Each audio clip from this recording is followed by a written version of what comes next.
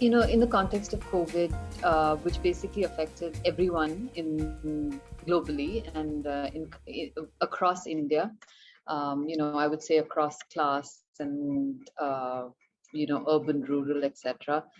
I think it's very important to kind of think through the specific vulnerabilities that influenced or affected certain populations even more. And resilience, has been studied by various groups and various fields. And the ones, and some of the words that kind of come to mind are basically resist, um, recover, and reconstruct. And the idea is very much that you're able to adapt and kind of come back to at least maybe where you started.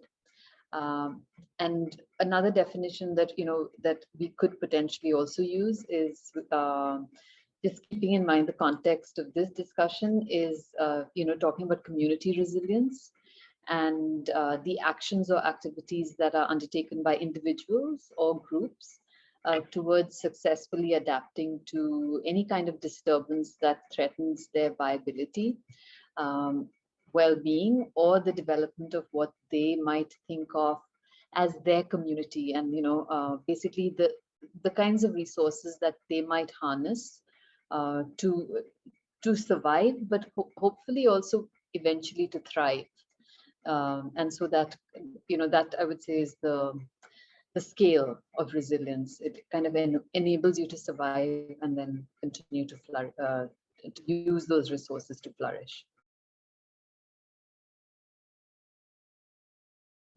In India, what was really kind of striking was the galvanization of a range of partners, whether it was the government, but more specifically the private sector, NGOs, and specifically communities, right? Like we've all heard about the work of the frontline workers across India, millions of Ashas, Anganwadi workers kind of got together and provided services at the doorstep of households.